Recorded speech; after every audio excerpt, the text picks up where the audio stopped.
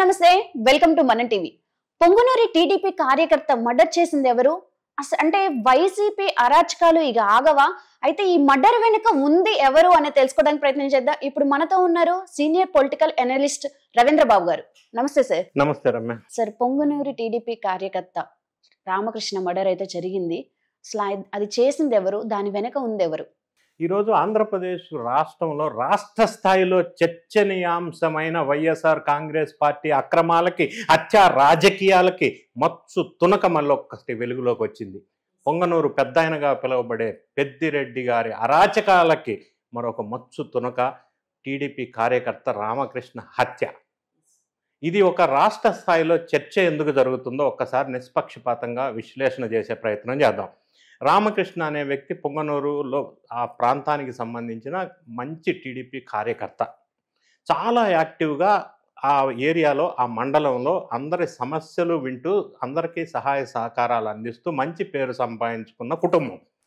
అయితే వీళ్ళకి వైఎస్ఆర్ కాంగ్రెస్ పార్టీకి సంబంధించిన కొంతమంది దుర్మార్గులకి, రౌడీలకి ఈ కుటుంబానికి మధ్య చాలా కాలం నుంచి రాజకీయ నేపథ్యంలో ఆధిపత్య పోరాటం జరుగుతూ ఉంది.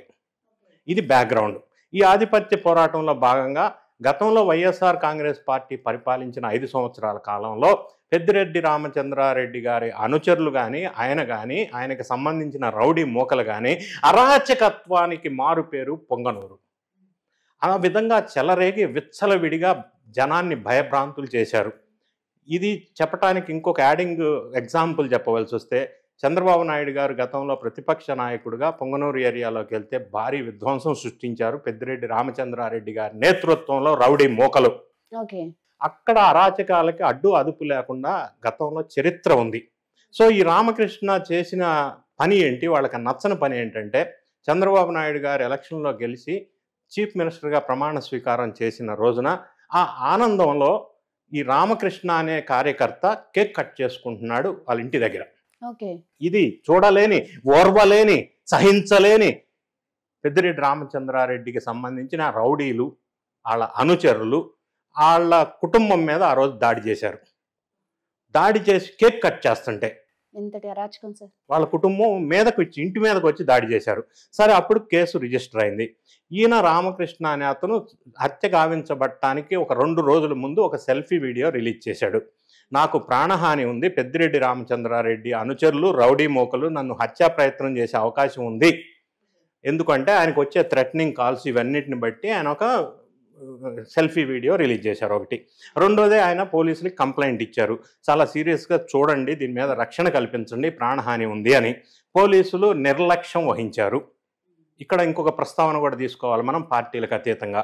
పోలీస్ యంత్రాంగం, మరి ముఖ్యంగా అక్కడున్న పోలీస్ యంత్రాంగం పెద్దిరెడ్డి రామచంద్రారెడ్డి వాసనలు ఇంకా పూర్తిగా అందులో ఉన్నాయి కాబట్టి ఆయన కళ్ళల్లో ఆనందం చూడటం కోసం ఎన్డీఏ గవర్నమెంట్ వచ్చి 9 నెలలు అయినప్పటికీ కూడా ఇంకా ఆ వాసనలు పోక పోలీసు వాళ్ళు ఇంకా ఆ వైఎస్ఆర్ కాంగ్రెస్ పార్టీ పక్షపాతంగా వ్యవహరిస్తూ వస్తున్నట్టుగా మనకు అర్థమవుతా ఉంది. ఎందుకంటే ఆయన కేసు ఇచ్చినా కూడా వాళ్ళు సీరియస్గా తీసుకోలేదు. సరే, మొన్న ఒక రోజు 10వ తారీఖు అనుకుంటాను, రామకృష్ణ వాళ్ళకి సంబంధించిన ట్రాక్టర్ వేరే ఎక్కడో వెళ్ళింది మట్టి తీసుకొని పొలంలో మా ఏరియాలో నుంచి అని చెప్పి ఈయన మీద రామకృష్ణ కొడుకుని చంపటానికి వెంకటరమణ, పెద్దిరెడ్డి స్వయంగా బాగా అనుచరుడు, ఇంకొక అతను రెడ్డెప్ప, వీళ్ళిద్దరూ కలిసి ఇంకా కొంతమంది నలుగురితో కలిసి రామకృష్ణ కొడుకుని హత్య చేయడానికి ప్లాన్ చేసి వచ్చారు. ఆ కొడుకు తప్పించుకొని వెళ్ళటం వల్ల చేయి కట్ అయింది. గతంలో కేక్ కట్ చేసినప్పుడు రామకృష్ణ భార్యని కాళ్ళు ఇరక్కొట్టారు. సో ఈ విధ్వంసకాండ ఇట్లా ఉంటే, మొన్నటి మధ్య వైఎస్ఆర్ కాంగ్రెస్ పార్టీ వాళ్ళు చెప్తుంది ఏంటంటే ఇది కుటుంబ తగాదాలని చెప్తున్నారు. అసలు విషయం ఏంటంటే, చిత్తూరు జిల్లాకు సంబంధించిన ఎస్పీ మణికంఠ పత్రికా విలేకరుల సమావేశం పెట్టి ఇది ఖచ్చితంగా వైఎస్ఆర్ కాంగ్రెస్ పార్టీ సంబంధించిన రౌడీ మోకలు, శ్రేణులు ఆధిపత్య పోరాటం కోసం ఈయన హత్య చేశారని ఎస్టాబ్లిష్ చేసి ఆయన ఇచ్చిన స్టేట్మెంట్. సో ఈయన కొడుకు ఎప్పుడైతే తప్పించుకొని చేయి కట్ట వెళ్ళిపోయిందో, రామకృష్ణని వెనక ముందు చూడకుండా గొడవలతో నరికి పడేసి అప్పుడు స్పాట్లో చంపేశారు. మరి పోలీసు వాళ్ళు మొదలే కంప్లైంట్ ఇచ్చినప్పుడు యాక్షన్ తీసుకొని ఉంటే ఈ పరిస్థితి వచ్చి ఉండేది కాదు, ఆయన ప్రాణాలు ఉండేవి కాదు. మరి రెండో అంశం ఏంటంటే, అప్పుడు ఆ సీఐ ఎవరైతే నిర్లక్ష్యం వహించారో శ్రీనివాసులు, ఆయన సస్పెండ్ చేశారు. ఆ కానిస్టేబుల్ ఒక అతను సస్పెండ్ చేశారు. కానీ సస్పెండ్ చేయటం వల్ల సమస్య రూట్ కాజ్ ఎక్కడుందో దాన్ని వెలికి తీయకపోవటం వల్ల ఇటువంటి కంటిన్యూ అయ్యుతూనే ఉంటాయి ఎప్పటికీ. ఖచ్చితంగా. ఎవరైతే వెనక పెద్ద మనిషి ఉన్నారో, ఇప్పుడు ఎస్పీ గారు చెప్పిన స్టేట్మెంట్లో ఏముంది, ఈ వెంకటరమణ ప్రధాన నిందితుడు, రెడ్డప్ప అతను దానికి స్కెచ్ చేసిన అతను, వీళ్ళిద్దరికీ ఆయుధాలు సప్లై చేసిన అతను మహేష్. వీళ్ళందరూ కూడా పెద్దిరెడ్డి రామచంద్రారెడ్డికి రైట్ లెఫ్ట్ హ్యాండ్లుగా ఉన్న అనుచరులు. సో వాళ్ళంతటి వాళ్లే ఈ చిన్న గొడవకి ఈయన్ని హత్య చేయవలసిన అవసరం లేదు.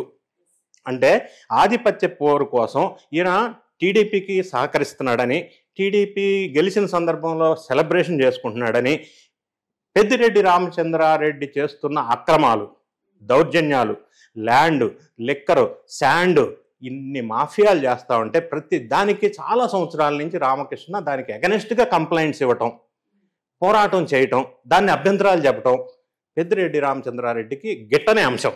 ఎప్పటి నుండో గ్రడ్జ్ ఉంది. అయితే ఉంది, గడ్డి కాదు, పెద్ద లొల్లి ఉంది. సో ఆయన అక్రమాలు చేసిన ప్రతిసారి అది భూ కబ్జా కావచ్చు, మాఫియా కావచ్చు, ఇసుక కావచ్చు, శాండ్ కావచ్చు, లేకపోతే లిక్కర్ కావచ్చు, ప్రతిసారి రామకృష్ణ ఎదురు పోరాటం చేసి కంప్లైంట్ ఇస్తూ వస్తున్న నేపథ్యం, అది బ్యాక్గ్రౌండ్. కాబట్టి ఆయన మీద ఈయనకి ఎప్పటి నుంచో కక్ష ఉంది. ఇట్లానే వదిలేస్తే ఆయన రాచరిక వ్యవస్థ అక్కడ ఇబ్బంది పడుతుందని చెప్పి పెద్దిరెడ్డి రామచంద్రారెడ్డి స్కెచ్ చేసి వాళ్ళ అనుచరులను పంపించి చంపించారేమో అనేది పోలీసులు అనుమానాస్పదంగా మొదలుపెట్టి విచారణ చేస్తున్న సందర్భం. ఎందుకంటే దొరికిన వాళ్ళు, చంపిన వాళ్ళు ఆయనకి ప్రధాన అనుచరులు. ఇప్పుడు వాళ్ళని ఇంట్రాగేషన్ చేస్తే ఇన్వెస్టిగేషన్లో వాళ్ళు ఎవరు ప్రోత్సహించారు, ఎవరు ఈ పని చేయమని చెప్పారు, హత్య చేయమని చెప్పింది ఎవరు అనేది కనుక ఇన్వెస్టిగేషన్ పూర్తి స్థాయిలో జరిగిన తర్వాత పొరపాటున పెద్దిరెడ్డి రామచంద్రారెడ్డి గారి పేరు బయటకు వచ్చే అవకాశం 100% ఇందులో కనిపిస్తుంది అని పోలీసు వర్గాల వాళ్ళు ప్రాథమిక విచారణలో వెలుగులోకి తీసుకొచ్చారు ప్రెస్ మీడియా సమక్షంలో. సో ఈ విధంగా అద్దు అదుపు లేకుండా అక్రమాలకి, అరాచకాలకి మూల బిందువు అయిన పెద్దిరెడ్డి రామచంద్రారెడ్డి క్రూరత్వానికి, హత్య రాజకీయాలకి ఇది ఒక ఎగ్జాంపుల్గా మళ్ళీ మనం ఒక్కసారి తీసుకోవచ్చు. ఎందుకంటే ఈ మధ్య కాలంలో పెద్దిరెడ్డి రామచంద్రారెడ్డి మీద భూ ఆక్రమణ కేసులు, ఫారెస్ట్ ఆక్రమణ కేసులు, మఠం భూముల ఆక్రమణ కేసులు, లిక్కర్స్ కేసులు వాళ్ళ కొడుకు మీద, ఆయన మీద రకరకాల వెలుగులోకి వస్తూ ఉన్నాయి. వీటన్నిటికీ రామకృష్ణ లాంటి ఒక కార్యకర్త ఈయనని వ్యతిరేకిస్తూ ప్రచారం చేస్తున్నాడు, అభ్యంతరాలు చెప్తున్నాడు అన్న దృష్టితోటి, ఆలోచనతోటి ఈయన్ని హతమార్చడం, హత్య రాజకీయాల్ని ప్రోత్సహించడం, ఆ పెద్ద మనిషి ఎవరు అనేది వెనకున్న వాళ్ళని వెలుగులోకి ఇన్వెస్టిగేషన్లో తీసుకురావడం వల్ల కొంతమంది అయినా ఇటువంటి చర్యలు చేయకుండా ముందుంటారు. ప్రజలకు ఒక మెసేజ్ వెళ్లాల్సిన అవసరం ఉంది.